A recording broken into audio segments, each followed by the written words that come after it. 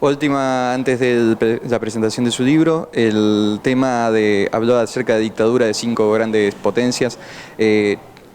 China tiene un gobierno que podría catalogarse como dictatorial o al menos totalitario. ¿De qué manera podemos ver esa unidad que se genera a través de los BRICS, donde se ignora absolutamente ese tipo de cuestiones, donde se pasa por alto la violación de derechos humanos que la gran potencia China, por ser potencia, puede hacer y nadie cuestiona? Bueno, yo pienso totalmente diferente que tú.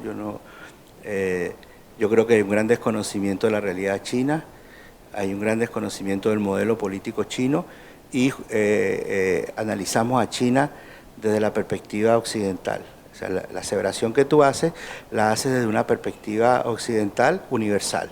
Por tanto, esa concepción que tenemos nosotros los occidentales respecto a lo que debe ser la política no se puede imponer a otros países, y mucho menos a China, que no solo es otro país, es otra civilización. Ni tampoco lo podemos imponer en el Asia Occidental, que es otra civilización, ni en África. Yo doy clase en China. Cuando estaba investigando para mi libro que escribí sobre China, que ya tiene ediciones en 8 países, incluyendo Argentina, yo me acuerdo haberle preguntado a un colega chino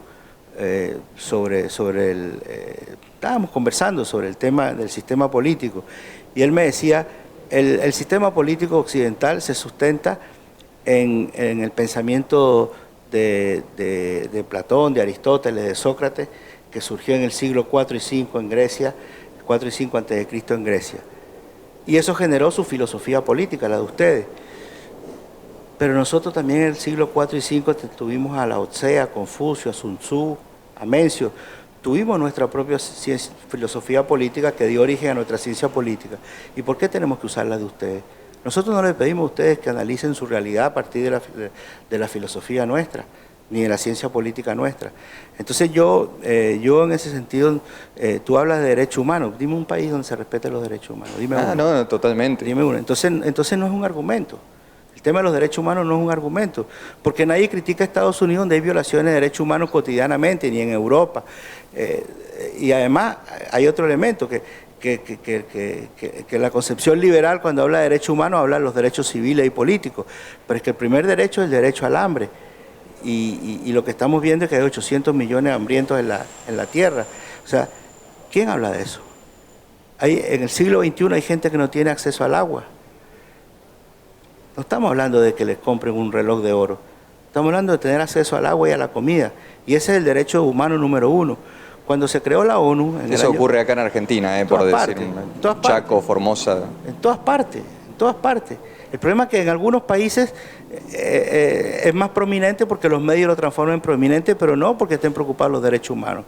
Es por una concepción política. Y entonces no hay equidad en el análisis. Entonces, mira, cuando se creó la ONU, en el año 45, la ONU se creó con 51 países. Y se escribió la Declaración Universal de los Derechos del Hombre, creo que así se llama. Y se estableció el concepto de universalidad. Si estamos hablando de un planeta con centenares de civilizaciones, no existe el universal, es una gran mentira. Y entonces, hoy hay 194 países. Los países que se independizaron después y querían ingresar a la ONU le decían, firma. No le preguntaron si estaba de acuerdo o si tenía alguna observación. Le dijeron, ¿quieres entrar a la ONU? Firma. Y entonces, en ese momento había 3 países africanos independientes. Hoy en África hay 52 países. Les preguntaron a ellos si están de acuerdo con eso. ¿Existe una universalidad? Yo siempre pongo un ejemplo bien ridículo, pero lo pongo. Los árabes, los indios nos consideran nosotros salvajes porque comemos vaca, comemos vacuno. Y también nos consideran salvajes los judíos, los musulmanes, porque comemos cerdo. Y en China comen perros. ¿Y quién tiene la verdad? ¿Existe esa verdad? ¿Quién tiene la razón? Todos tienen la razón, todos tienen una lógica de razonamiento. Ahora, es probable que el mundo pueda avanzar hacia su universalización, pero pasarán milenios. Pasará milenios porque lo que tenemos que aprender no es la homogenización, sino la heterogenización, sino la diversificación. El respeto a esa diversidad. Y aprender.